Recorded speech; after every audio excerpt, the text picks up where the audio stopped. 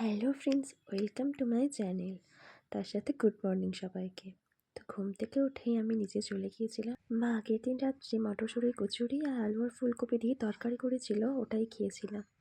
আর এখানে গাঁদা ফুলগুলো বেশ বড় বড় হয়েছে, আর এখানে একটা ছোট্ট গোলাপ ফুলের কুঁড়ি এসেছে।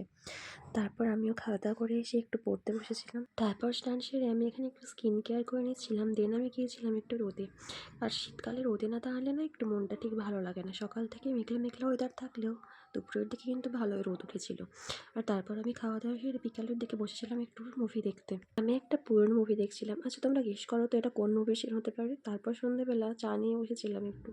তারপর আমার একটু টুকিটাকি কাজ ছিল, তো সেটা নিয়েই বসেছিলাম। আর এইদিকে আমার ভাই মাধ্যমিক পরীক্ষা, তার কোনো লজ্জা নেই, বসে বসে ল্যাপটপে গেম খেলে যাচ্ছে। তারপর আমি একটু পড়তে বসেছিলাম। আর রাত্রের জন্য মা আজকে বানিয়েছিল পিঠে, তো সেই পিঠে খেয়েই আজকের দিনটা শেষ হলো। ভিডিওটা ভালো লাগলে অবশ্যই একটা লাইক দিও, আর চ্যানেলটাকে কিন্তু অবশ্যই সাবস্ক্রাইব করো।